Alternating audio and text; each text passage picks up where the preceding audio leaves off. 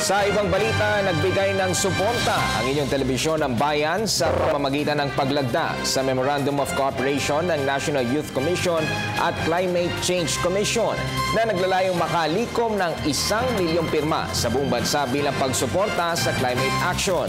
Ang detalye mula kay Ria Fernandez.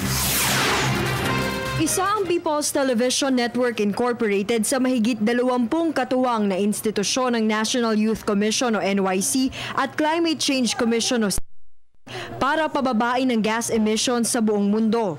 Sa Department of Education, isang Memorandum of Cooperation ang nilagdahan ni PTV General Manager Albert Bocobo bilang suporta sa signature campaign ng NYC at CCC na #NowPH o Not on Our Watch. Target nitong makakalap ng 1 milyong pirma sa buong Pilipinas, online o offline. Kung online, i-upload lamang sa www.nowph.org ang selfie kung saan ipinapakita ang napiling isa o dalawa sa 15 tinukoy na Low Emission Development Strategies o LEDs. Halimbawa ang Grow a Tree ni GM Bocobo.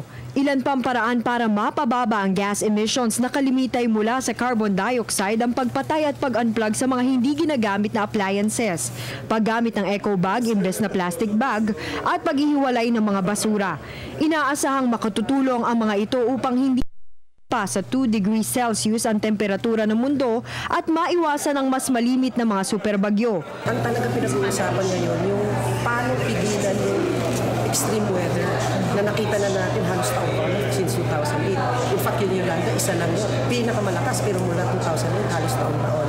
So ang gusto natin iparating ay huwag naman na natin pag-abutin to the point na hindi na talaga natin kakayanin. So yung ipepresenta ang mga makakalap na lagda sa 21st Conference of Parties sa Paris, France sa Desyembre kung saan pag-uusapan ng mga bansang kasapi ang kanilang mga konkretong aksyon laban sa matitinding epekto ng pabago-bagong klima. Para sa Telebisyon ng Bayan, Ria Fernandez.